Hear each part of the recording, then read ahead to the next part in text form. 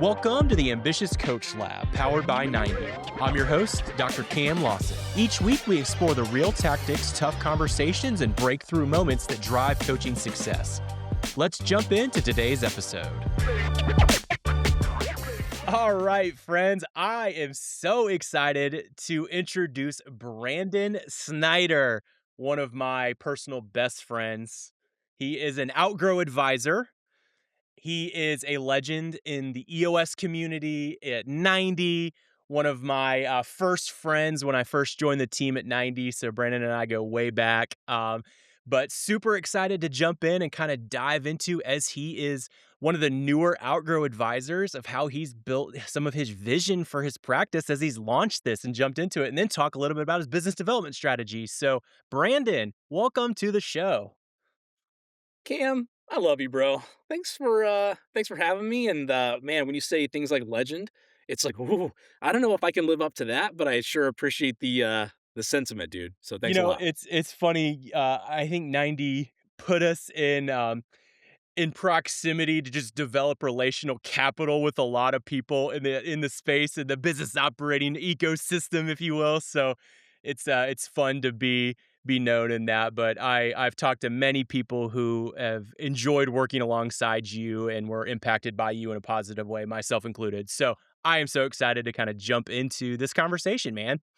Let's do it, bro. Take me where you want to go. Lead me there. Well, dude, tell us a little bit about your journey to kind of where you're at in this current moment. How did you get to outgrow 90? I mean, just tell us the story. Yeah, I think for the last 20 years, which sounds crazy for me to say, but all of my career, revenue has sort of been the heartbeat of what I've been doing, whether it's been in client success or it's been in sales or it's been in marketing. I've in some way in my career always touched revenue. So I have this kind of full funnel picture of revenue from the time something is a dream on a list to the time that you are landing it, expanding it, and farming it, getting the maximum value out of that customer. I've seen that journey. I've lived that journey. So I started out in kind of account management. So I started a video production company with some buddies, and I was really the sales guy. That was my role. I went out and won customers. And along the way, we got acquired by a digital agency who was trying to add video production skills to their chops. So I learned a little bit about mergers and how that works.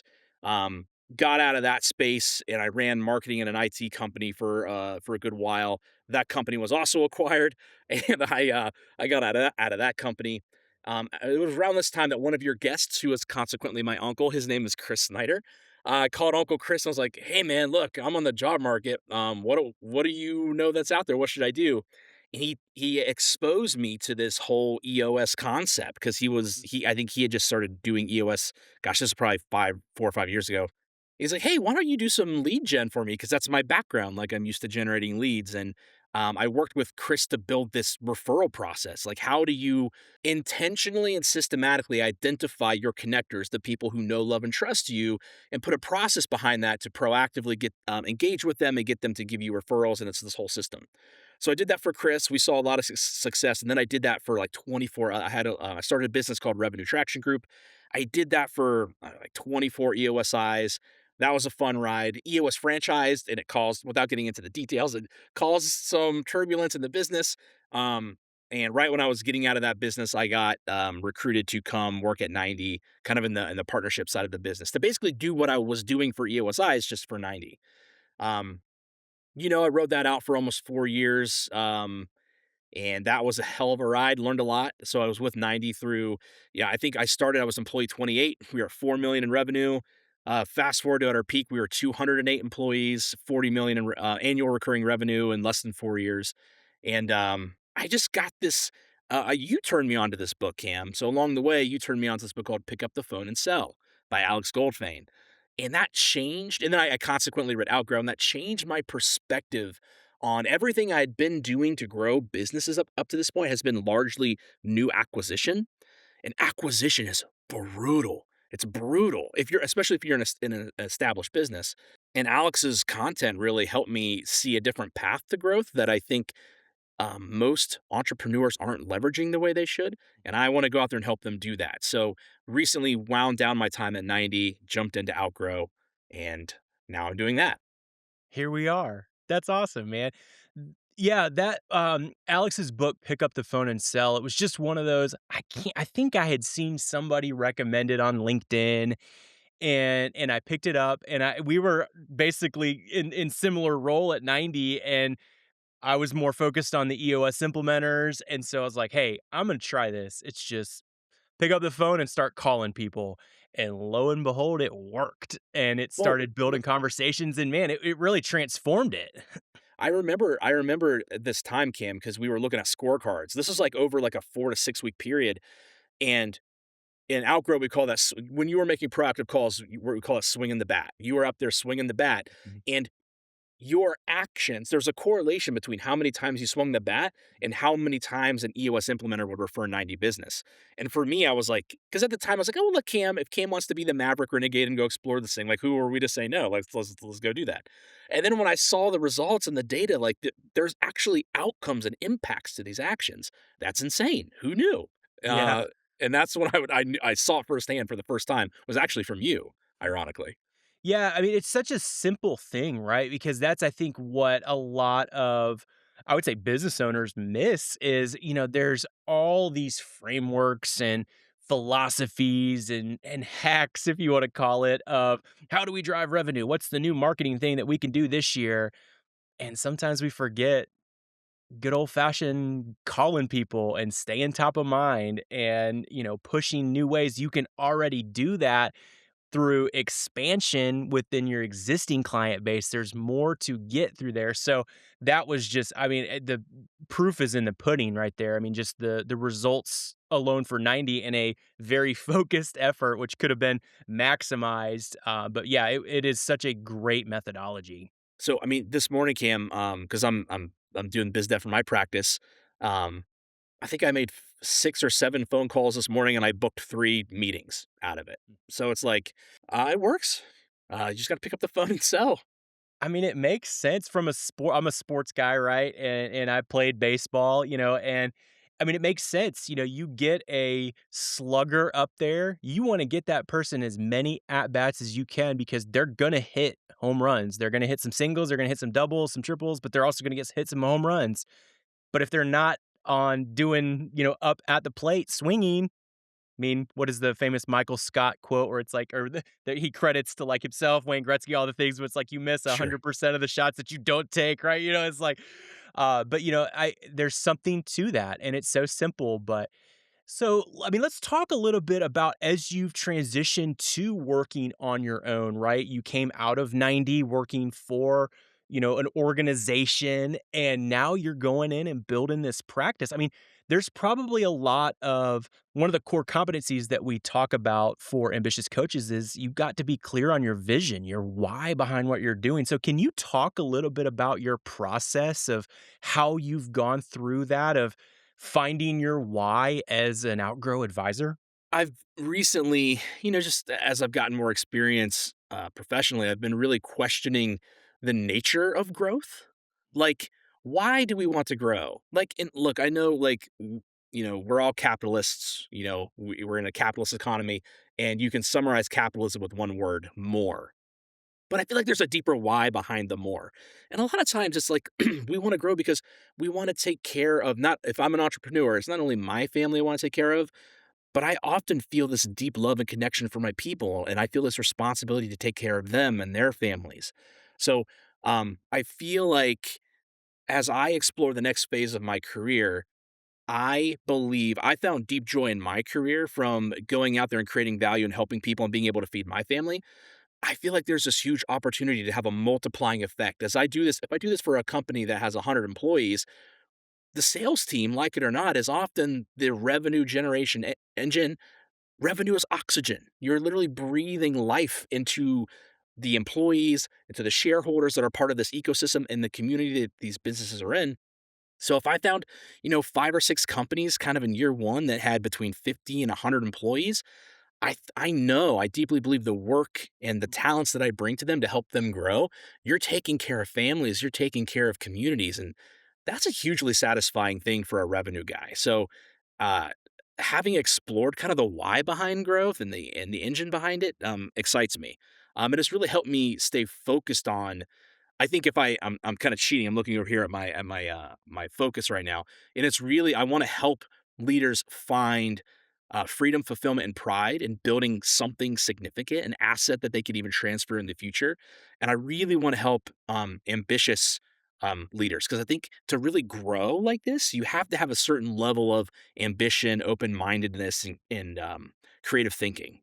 Yeah. Does that make sense? Yeah, they need an ambitious coach for that, right? They might No, need an yeah. ambitious coach for that. The ambitious advisor. But yeah, no, that's awesome, man. I mean, so I've had a little bit of a front seat to as you've been kind of dialoguing through this and working through this on your own, and I know because I've seen the sneak peek behind the curtain that you have actually run, I mean, sessions, annual planning sessions for yourself as a solopreneur. You're not in a firm necessarily. You are working for yourself. So you went and sat down and actually went through a process. Can you share a little bit about how that was? Because for some coaches, they might be thinking that's crazy. And yeah, yes. The answer is yes. I'll talk through it. It does feel kind of crazy. Like you do a lot of talking to yourself in your head. But look, it's super important. Like I don't know how I could set up my year for success and be intentional because when you plan, your behavior should be intentional and map back to the plan. So it feels weird, but you should absolutely take it seriously and do it. So, Cam, you know this from being in an EOS esque organization for many years, your environment is really key. So I didn't overcomplicate it. I went to my favorite coffee shop because I like the vibes. I feel like I can think and be creative there. I went there for 4 hours, so I didn't do a whole day. I just did it compressed because it's just me. Like I don't have lots of employees and lots of rocks. So I did a compressed kind of annual planning in 4 hours in my favorite coffee shop. I run my practice on EOS, so that is my business operating system. And my agenda had kind of these parts. So I did do a check-in with myself. Like, I'm not verbalizing out loud. I'm just talking to myself in my head, but I really did reflect on like what were my personal professional bests over the last year? Like what do I feel like worked well for me? What's not working yet for me? This is I think about building the firm. Um, I did review my VTO and my KPIs.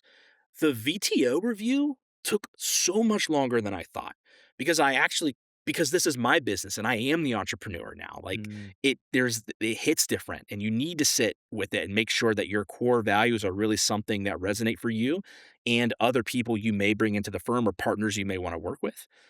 You got to make sure your focus is there. You got to make sure you understand the bigger picture. I don't look out in 10 years. I can only see in fives. I'm not that big of a visionary yet. So I really made sure that all of the vision side was there. The traction side is equally important, Cam. Like, especially if you're newer to your practice, I really, really, really wanted to know my numbers. So I sat down, I built out my KPIs. I actually I spent some time looking at my P&L and making sure that what I was forecasting actually did map back to my 1 year and kind of 2 year plan and forecasts. Um, so after I reconciled kind of the plan and the number side, I then went over and did a classic IDS session. That took up about, that's probably the second half of my time. And from IDS, I set up my rocks. So overall, really helped me think through and prioritize what's important to me, not only for this year, but in this 90-day world I'm about to go spend time and execute in. Um, so yeah, I mean, it was super helpful. So here's an example. I know for myself, like I need some guardrails around rocks. Um, I chose consciously that when I did my IDSing, you can Brandon, because I know myself, you can only take 2 rocks, and if I hadn't take the time to think through what I'm building in the future, I wouldn't have accepted this one rock I have, which is around, I wanna stand up to AI agents. Here's why. So, growth loves speed, right? Movement is life, but I'm just one guy, but I'm out there competing with a lot of people that can move a lot faster than me. So, how do I be agile? How do I move quickly and with quality? I have to have talent and efforts. I'm just happening to experiment through AI agents. So, specifically around brainstorming and copywriting, how do I have something that helps me think through and process mm, thoughts as a thought partner from a different lens? How do I use it to do deep research to make sure the things I'm thinking and talking about are sound? And then how do I have a copywriting agent, not to put words in my mouth, but help me get 70% there, help me think mm. through the hard parts. I wouldn't have taken that rock if I hadn't sat down to think through kind of the long-term vision for myself. And I thought it was a priority, so I accepted it. Yeah. There's a theme that continues to come up as I've talked to other ambitious coaches and consultants and fractional executives and whatnot. But it's this idea of practicing what you preach, right? If you're going to go in and lead your clients through these kinds of in-depth sessions where we're thinking deeply about what we want from our business and what the goals are going to be and start to build IDS and build rocks out of those things, why in the world would you not practice that yourself and get reps for yourself? And so I think that is a mark of an ambitious coach when you're actually doing that work. My former coach, Cullen Talley, who was a guest that we've already released an episode on, he does that with his firm. Now he's got multiple coaches under his firm now, so a little bit bigger than you, but even when he was by himself, he was doing that work. And as crazy as it might seem, working through, there's some value to that of practicing what you preach because then you're holding yourself to the same standard and accountability that you are with your clients. So, bravo to you. But you also mentioned that you did all of this on 90, and obviously both of us used to work at 90, so we know it really well. But can you talk a little bit about, I mean, really from more of a value standpoint of being able to have your practice in a tool like 90 and how that's helped you? Yeah, I mean, running a business, whether you're a solopreneur or you're running, $100 million business, it's not easy. There's lots of things you have to keep track of. And I feel like if you're intentionally running a business on something like a business operating system, which I know people like you and me are, Cam, 90 is just like the perfect solution to go do those things. It centralizes everything I need to run my business. I am in the discipline of every single day when I wake up, the first application I fire up is 90 because I'm keeping score. Like I'm often logging issues, I'm checking my KPIs, I'm checking my milestones and my progress against my rocks. Um, Look, if you are an ambitious coach, Kim, I want to tie this back to something you said earlier about practicing what you preach. I've come to believe that the best clients that you could work with are ambitious entrepreneurs, and they are sophisticated. Mm. There is a difference between your average customer who you may win them, but I'm sure if you're listening to this, you've won clients that you wish you didn't because they are a dumpster fire. You had to drag them in, now you're dragging them around. They're not taking accountability seriously. They're not listening to you. And yet they bitch about not being the organization or having as much growth as they thought they could or should, right? Those are not sophisticated clients. And the reason you might not be winning sophisticated clients is because you yourself as a coach are not conducting yourself like a sophisticated, ambitious coach. So when you use a tool like 90, you're literally, this is the act of you proving that you practice what you preach. Everything is centralized. You can keep focused on the things that matter most. Stay true to your core. And frankly, Cam, one of the things I love about 90 most, because I'm in sales, like so much of this is keeping score and it's part science, part art. But I love the science part because man, I'm just keeping score. I have some predictions in Q1 for how I'm going to perform. How many times do I have to swing the bat? I think I know, but until I track 13 weeks worth of data and that data tells me a story, I don't really know. And dude, you can go get lots of decentralized tools. I could go use Excel, I could use Word, I could use PowerPoint, I could use Notion, and I could try to connect these things together, but it's a fucking nightmare. Like, I'm not in the business of IT, man. I'm in the business of growth and sales. So for $10 a month on the lowest end, I can solve all of that for me. It's short-sighted if you pass on it. Right. No, totally. And I mean, then you're also getting those reps in of as you maybe want to utilize that for your clients, you're getting a deeper understanding of how the platform works in the client perspective. And then the accountability, because you and I actually have an accountability group together where we actually run level 10s together and hold each other to a standard for our practices that is only beneficial. And I know there are many coaches, EOS implementers, coaches, consultants. I mean, even in Greenville here, Andrew Geisel, who his episode released actually today, the day of this recording, it's out. But he has a group where he's got I believe there's a sales acceleration guy in there, a focus CFO guy in there, a marketing specific person, and then an EOS implementer. And they have a joint 90 account that they meet. I think they meet on a monthly basis. It might be quarterly, but I'm pretty sure it's monthly, where they go in and hold each other accountable. Are you making your calls like you're supposed to? Are you going doing events or whatever you've set yourself for? Are your rocks? I mean, there's level of this, they almost have this trusted partner circle that they have in the geographical location, which is such a great use case because, I mean, it is lonely to be an advisor, a coach out there. And so utilizing technology, and I love what you said about simplifying because there's a technology and AI tool out there for everything nowadays, and it's exhausting because then pretty soon you've got $300 a month of subscriptions and you're like, "Wait a second, I haven't even gotten a client yet. What's going on here?" And it's so easy to swallow, $10 here, $20 here, but when you can simplify and get a comprehensive tool and kinda work out of that, man, it simplifies things so much easier for you. So, I appreciate you sharing all that. Obviously, we're a little biased and have more experience in 90, right? Yep, but we wouldn't use it if it wasn't a great tool, right? I mean, it makes sense and it fits in the work that we're doing as coaches and then translate into the client work. Yeah, and, like, what you said there, Cam, I just wanna touch on it for a second, like, 90 is a tool, but it's just that, it's a tool. I think that there's this discipline that you as an ambitious coach are going to have to and I'm speaking to myself, frankly, when I say this. There's a discipline that you have to develop, but man, like, capturing and documenting everything you're doing as far as performance goes inside, like, it helps reinforce the ritual, it helps reinforce the discipline. So while it is just a tool, it is a powerful tool because it's purpose-built. Gosh, I feel like I'm, like, going to the old days of selling this thing, so I'm trying to take off my 90 sales hat that I'm so used to, but I do believe it, like, I genuinely believe it, because I've seen it happen for companies, I've seen it happen for, coach partners. Yeah, for sure. Well, let's translate a little bit into some of the business development strategies, if you will, because as we all know, you pull the trigger and you start your own practice and you're so excited and you've nailed down your vision and you got your offer in and you're so excited to get in the session room and start working with clients.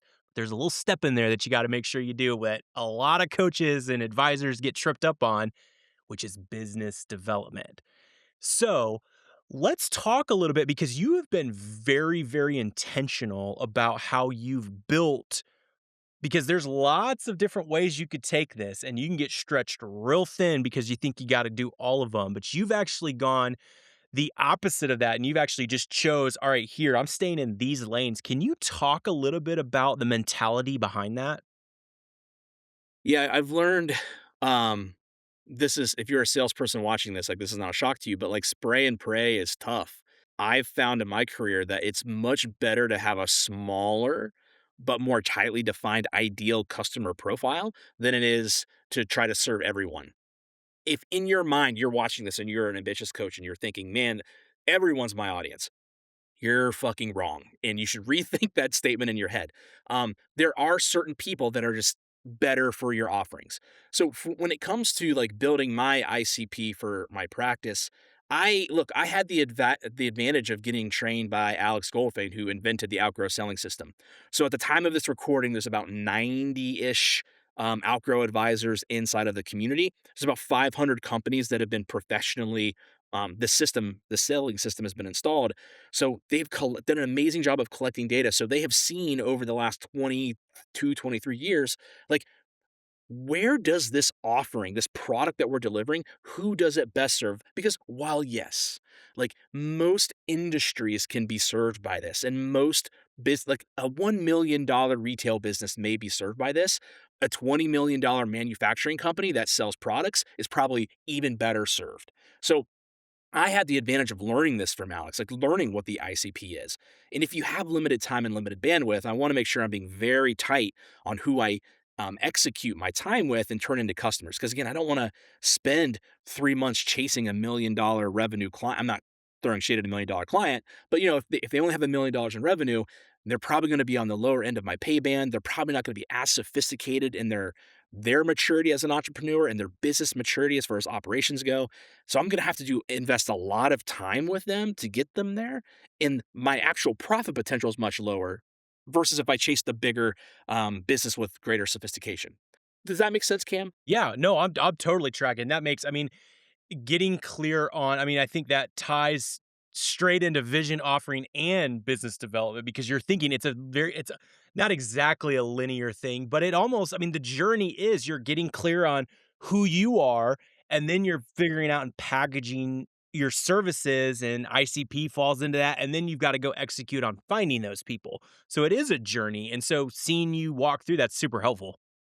Well, can let me back up and kind of clarify one thing. So let's talk about what ideal customer profile is, right? Because I just want to make sure, like, it's not that you shouldn't work with people who aren't ideal. Like, if somebody fits into your ideal customer profile, that should make you feel good. You should put in the cycles to go make that work.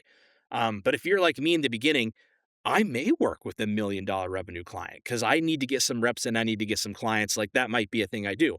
A while back, probably last year, there's a sales acceleration advisor, Cam, that we both know. His name's Rafi Yardemian. And part of his early stage success was he said, look, I don't say no a lot, but the people I can't directly help because it doesn't make sense, I will still help them in other ways by connecting them to great resources that could help fill the gaps or solve their pains that I just can't do. And he said, what's funny is when you do that enough, you may not work with that customer today, but you may solve one problem 2 or 3 years from now. They'll remember you did that and call you back, and they may be ready. So getting tight on your ICP isn't about saying, no, I don't want to ever talk to you or see you again. Like you're a waste of time for me. It's more about, look, I'm not the best to help you right now, but I still want to help you. Here's a different way I can help you. And like, please stay in touch. Like, let me know if that was useful to you. So I just want to clarify that. Yeah, no, that's really good. I mean, it really does come down to almost the go-giver mentality where it's just, "Hey, even if it's not me, I'm gonna point you in the right direction." And that just had the universe just has a way of rewarding that. It's almost like reciprocation is just written into the fabric of the universe, because that does tend to come around. So that's a good clarification. I appreciate you saying that.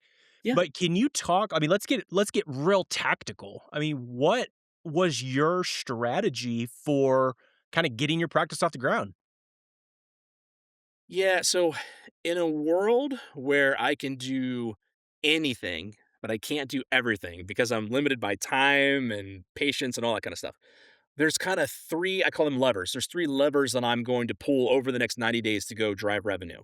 So the first lever, being that I'm an outgrow advisor, I really want to practice what I preach. So I have a proactive call cadence. So every day I call 20, and this could be a mixture of people that I know, whether they're past clients, they're connectors. These could be cold prospects. I call 20 people every single day, 5 days a week. Um, because that's what we teach our customers and pick up in Outgrow and in the book Pick Up the Phone and Sell. And if I'm going to be challenging and motivating and pushing my clients to do it, I better be practicing, like you said, Cam, practicing what I preach. So I wrote 100 handwritten letters with a really simple message, and I sent it to my top 100 targets list. These are people that I've researched my ICP. They directionally fit my ICP, and I want to do. I believe I can help you, and I want to go. I want to partner with you and serve you. Part of the reason I did handwritten letters and I'm picking up the phone is because in a world where everything in AI is making it easier to create digital noise, AI can write your email, they can write your LinkedIn notifications. I mean, all that stuff is largely filtered out. So in a world where everyone's zigging, I want to zag. Like that's kind of the principle behind Outgrow is let's go back to the traditional things because I guarantee you no one is taking the time to handwrite letters, put postage on it, write a meaningful message and send it to you. Hmm. And then pick up the phone, the heaviest thing for people in the universe and call you. So that's part of my strategy. And bro, if I get 1% conversion rate, if I got one client out of the 100, which is I think is probably more than reasonable, this thing has like a 14,000 times ROI. Like it's insane, right? So that's lever one is I'm doing the outgrow strategy. I'm practice what I preach. Um, Lever two is I not surprisingly, I'm leveraging my referral network. So I have about 20 connectors who know, love, and trust me, and I know, love, and trust them. They have graciously agreed. I've done the referral process. I did an RTG with EOSIs on myself. And I said, look, here's a bunch of people it looks like you know that I may want to know. Who do you know well enough to introduce me? And I give them all the scripting to bridge those intros. So I think between that strategy, if I net 2 clients out of that in the next, 3 to 6 months, man, I'm at 3 clients already. In an outgrow, that's huge. Like I'd be sitting fat and happy. And then the third strategy I'm pulling is really around speaking engagements. So very much like EOS has a talk, Outgrow equips me with a talk, and it's super sexy. And I'm going to go work with my network and organizations out there that I believe in to go do this talk. It's a one to many approach. So instead of doing the last two have been very one to one, I have a strategy that's more one to many or one to few. And I have the capacity to do those things. It's important for you as you design your strategies to know yourself and know what you like doing. Mm, While I don't love picking up the phone and calling a lot of people cold, listen, man, I'll do it because perseverance is key. I got to practice what I preach. But doing referrals, doing public speaking, I love that shit. So it's not a problem for me. mm, That's how I really designed the go to market strategy. And I think if I do all of those things this quarter, I don't know that I'll win much, but I'll tee up for a fat Q2 and I'll probably close 3 clients in Q2. And if I rinse and repeat in Q2, there's this kind of like compounding snowball effect. So if I could pick up 2 to 3 clients in Q2, 2 to 3 clients in Q3, 2 to 3 clients, I mean, that's how I'm going to get my goal. My goal this year is 5 clients. mm. 5 clients would put me in an amazing position. Yeah. There is really a flywheel approach. I love that metaphor where it's you start to get it moving, and it takes a lot of momentum to get that thing moving, but once it catches, boom, that thing's moving. And so you're right, and I've stolen that. I don't know if you're the one that I'm sure someone told you this way back, but the lever approach is such a great way to put that because you're looking at a big dashboard in front of you, and there's all sorts of levers you could pull. LinkedIn events, speaking, all these different things, networking groups, and you have to figure out which levers you want to pull. And I mean, you try to pull all of them, but you're going to stretch yourself way too thin. You're going to be exhausted. So getting hyper focused, yeah. I just want to, I feel like I would do this audience a service if I talked about one thing, and that's LinkedIn automation. Mm, You know this, Cam, because you've been in this space. Like, we did this at 90. We did a lot of LinkedIn automation, mhm, and weirdly enough, it served us well. But knowing your audience coaches as you're watching this, again, think about your ideal customer profile. I am always skeptical and trepidatious about LinkedIn automation. Um, I hear a lot of people say, yeah, it booked me some meetings, like it got me some action with some people. But what I always hear after that is like, well, they weren't really a good fit or they drug me along for a long time. So I'm not saying don't do it. I'm just saying that a lot of early stage coaches that have, between 0 to 3 clients and they don't want to do the hard thing, which is pick up the phone. They often revert back to, well, this is scalable. LinkedIn is scalable. It could waste your time. You could actually net negative because you are spending time chasing things that aren't likely to be a good fit or even close for you. So just be careful with LinkedIn automation. oh yeah, 100%. That's a really good word. I appreciate you jumping in and saying that because, and it is funny. And you and I are actually probably very similar in network that we have, just given the role that we had at 90. So I am connected to a lot of coaches, consultants, fractional executives, and advisors because that was my job at 90, is to find them. And so did a good job of that and grew my network in that. And what that gives you and I is unique perspective because now we're connected to a lot of them. And what's fascinating is you can see most often it's that group that's on LinkedIn because they're the ones trying to use that tool. The busy business owner is not on LinkedIn. I mean, they might have a presence and they might check it every once in a while, but it's not the same as a coach. So when it's almost this cannibalization that you see with advisors and coaches on LinkedIn because they're posting something and then others in their network or their groups are commenting on it, and it's just, oh, that's great, that's a really good insight, and they're all just trying to find clients, and it's not serving necessarily anything. It maybe helps the ego because you get some engagement, but I don't know if I think it's a very wise thing that you're saying is don't necessarily lean into that. I mean, it can be a very great tool, and we've absolutely we have plenty of episodes where we talk about that on this show of how to use LinkedIn because it's the biggest professional networking platform on the planet. So learn how to use it, but I think you're right. And I also think especially leaning into the AI aspect of it, we all know, I mean, there's plenty of people we could name drop if we wanted to, but that use AI related commenters that just put a very formulaic response in every single comment. And it's just like, come on, like, be a human, connect with people. That's how business is done. And that's one of the things I do like about the outgrow philosophy is it brings that human center approach back to it. You're picking up the phone. That's not an AI tool doing that. I mean, I guess maybe in a couple, I mean, they do have AI, but it Cam, is a can we very human approach. can we tangent about our mutual BFF Tom Brinson for a second? Yeah, Um, absolutely. so, um, we have a friend who works at 90s, name's Tom Brinson. Great guy, sharp cat. Um, Tom has this unique disdain for auto commenters, and he's always like, "Dude, this is bullshit. Who does this person think they're fooling?" And what's funny is I used to kind of be on the side of AI that Tom, like, they spent millions of dollars on this product for a reason, man. Like they're fooling a lot of people.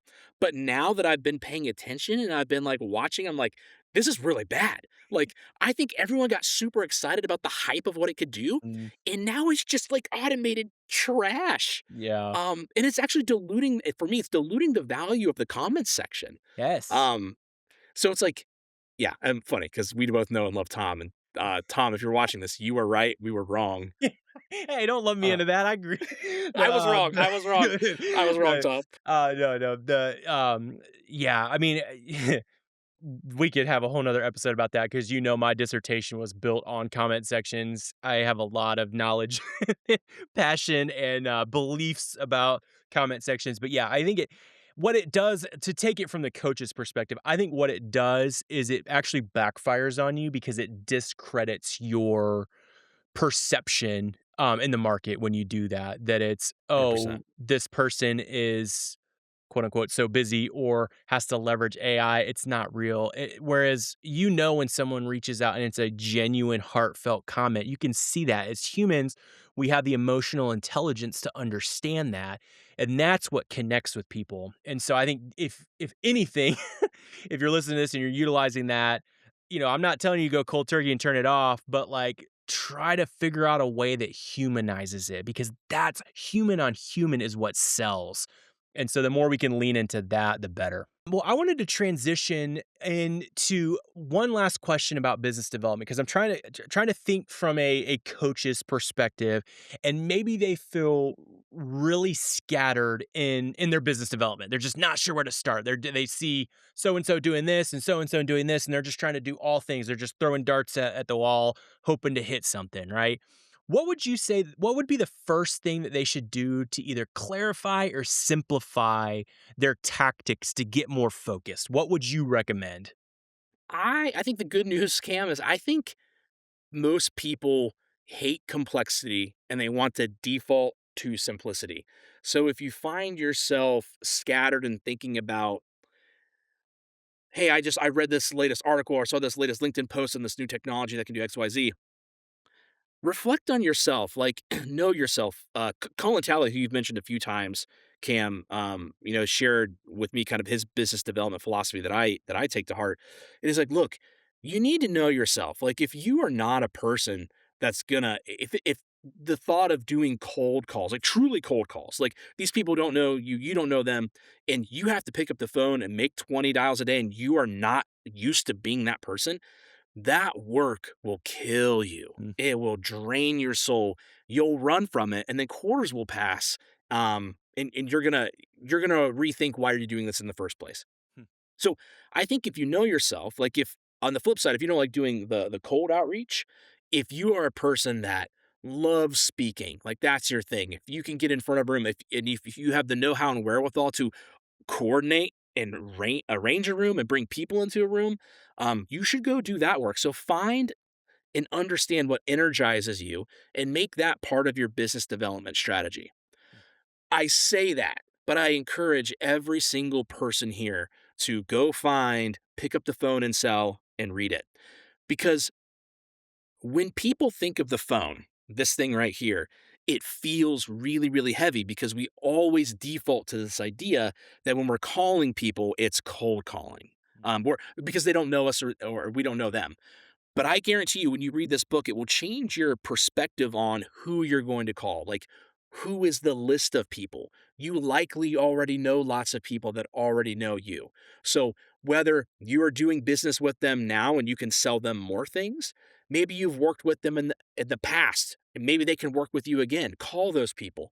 Maybe you've pitched them before and they've said no, but time has passed. Like, they still know you. Those sort of things, Cam, those sort of lists are not cold. Like, so don't think that picking up the phone is just you calling on net new people who have never heard of you before. You can always call on, connectors in your referral network and that list I just shared. So please get the phone, pick up the phone and sell. It'll change how you think about business development. That's a huge recommendation. Yeah. Um, and I think the last thing I would share, Cam, while I'm tangenting, because I'm going through this exercise right now.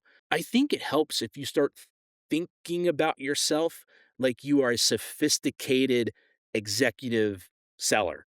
Um, because that's what you are doing. Like, yes, you're a coach and you're running a practice, but how do you think that business starts in the first place? It all starts with the selling activity. Um, I went through this realization at Outgrow where I was like, man, I've been thinking too small. Like I've been thinking about like from an ICP targeting to like how I would sell it and position it and pricing. Like you have to start thinking bigger, thinking more like a sophisticated salesperson. Because again, the ideal customer profile you want is that of a sophisticated, ambitious executive. So start thinking about yourself like that so you can sell confidently to them. Oh, those are 2 great points. I think there is, that mindset of, I heard it explained to me when I back a long, long time ago, and I did some selling training. They called it equal business stature, where you have to go in with that mindset of like, "No, we're on the same playing field." And I think for especially younger coaches and consultants and advisors, that's such a great word to have that mindset because you have value that you're bringing, and you've got to believe in that and go after that. And then I think the picking up the phone, I mean, just that's such a great read. I mean, we both have read it, and it transformed. And I think you have to get to the realization. I mean, what's the worst that's going to happen? You're gonna leave a voicemail. That's maybe the best case scenario for some people. That's easy, and it takes 30 seconds. Or they pick up, and it's just not a good time. Maybe truly worst case scenario, they're a little bit pissed off. All right, hey, sounds like it's not a good time. We'll catch up. What's another good time to talk? How about tomorrow at 12? You've got another meeting booked. I mean, it's just our brains play such a crazy, we go to the worst case scenario, and it's like you start to reckon with that. It's like, actually, it's not really that bad. So it's amazing what our brains can trick us into. Yeah, man. The cadence, the magic cadence is call, voicemail. Most 9 times out of 10, when you call somebody, you'll leave a voicemail and follow up with a text. All the meetings I booked today the confirmation came through as a text. I actually didn't pick up anyone on the phone, but I did the call, voicemail, text combo. Boom. And oh, I dropped my calendar link in there too Yeah. to book with me and booked. Like, and then they said, it was like the one was like, hey, I'm in Germany. Like, can't talk, but I'm next week. Let's talk Thursday. Booked. Like simple. Yeah, it's so simple. Man, Brandon, this has been awesome. I appreciate you coming on and kind of giving us a sneak peek behind the curtain as you're getting this practice off the ground. I always like to ask guests 2 questions, and those that have paid attention to the podcast so far know which ones are coming. But if you had to go back and give, let's call it rookie Brandon, 20 plus years ago, whatever, what advice would you give yourself just starting out? I would tell 22-year-old, good looking, fit Brandon, because I was back in those days. I would tell myself that um, don't take things so personally. Um, I think like there's a lot. I know a lot of the people that are ambitious and they're high performing A players. like when their ideas are rejected or their performance drops for a week. Talented people are often the hardest on themselves, and I would say, like, "Yo, man, like, just because you missed your KPI by, like, 10% this week, like, that doesn't mean you're a piece of shit." Like, you could go figure that, like, it was a blip. It was a blip in the big radar. So I would be easier on myself and remind myself that I'm playing a long game, and I'm not even at halftime. I'm 37 years old at the time of this recording. Like, I'm, like, at a third time. I'll statistically live to be 100, you know? Like, I got lots of game time left in me. I'm still a baby. Like, I can s I c but I have time to figure this out, and I'm really proud. Be proud of where you're at. That's what I would tell myself. Yeah, it's a good word. It's easy to get into that trap, so I appreciate you sharing that, that's good. Yeah. And then second question, which is a little bit more, you know, more current. Let's just what is a lesson that you are in the middle of learning in this moment right now? So I'll tell you a story about my brother really quick. So my brother, like me and my brother didn't grow up poor, but my brother's had it hard, right? Like he's made life choices and he's really had to fight for a lot of things and work probably harder than he would have to kind of maintain his livelihood. And when I watch him think about money, like I don't mean to say this in like a classist way, but he thinks poor. He thinks like, he doesn't think like he doesn't have 10x thinking. Um, and I feel like I'm experiencing that a little bit right now. Like, I would say I'm in, like, middle class poor. Like, I still think middle class, and as I try to elevate myself to think par to par with an executive who runs a 10 to $20 million organization, I have to start thinking differently. I have to start thinking big picture. I have to start thinking more sophisticated. And again, don't mean that in a classist way, but I'm just trying to tell a story. Like, I need to start thinking like people who I want to help and aspire to be like. I got to start thinking like them. Yeah. Um, and I noticed that at Outgrow when I did my certification because I was, you know, I was by far the youngest person in the room. I was by far the least accomplished person in the room. But I would say I was the hungriest. I was the most ambitious in the room because I feel like I have to fight my way to become like these cats. These are talented folks. Like one guy there sold like he sold a business at like a 20x multiple at 1.4 billion. I'm just like, I've never done that. That's insane. Like, and this guy's my peer. Like, this is who I. But it was so awesome because like that's who I'm like elevating myself. I put myself in a different room to change my mindset and to change my ambitions, and that's been super healthy for me. Oh, man, that's good. Yeah, that's I mean, I think it's no matter where you are in life, I mean, put that guy that sold his company, he could find somebody that, well, so and so sold their company for 20 billion. Yeah, I mean, we could play that game till the day we die. And so Sure. no matter where you're at in mindset and true life stage, it's a good mental check to have that. So that's a good word. I appreciate you sharing that, man. Yeah. Well, dude, this has been so much fun. It's I should have mentioned this in the intro, but Brandon and I on paper are literally the same person. I mean, it's kind of scary. Our Colby score is very similar. Our Myers Briggs is the exact same. Our Strengths Finders are the exact same. Our Enneagram is the exact same. So, Is our working genius? What's your working genius? inventive and galvanizing. Yeah, me too. Yeah. Yeah.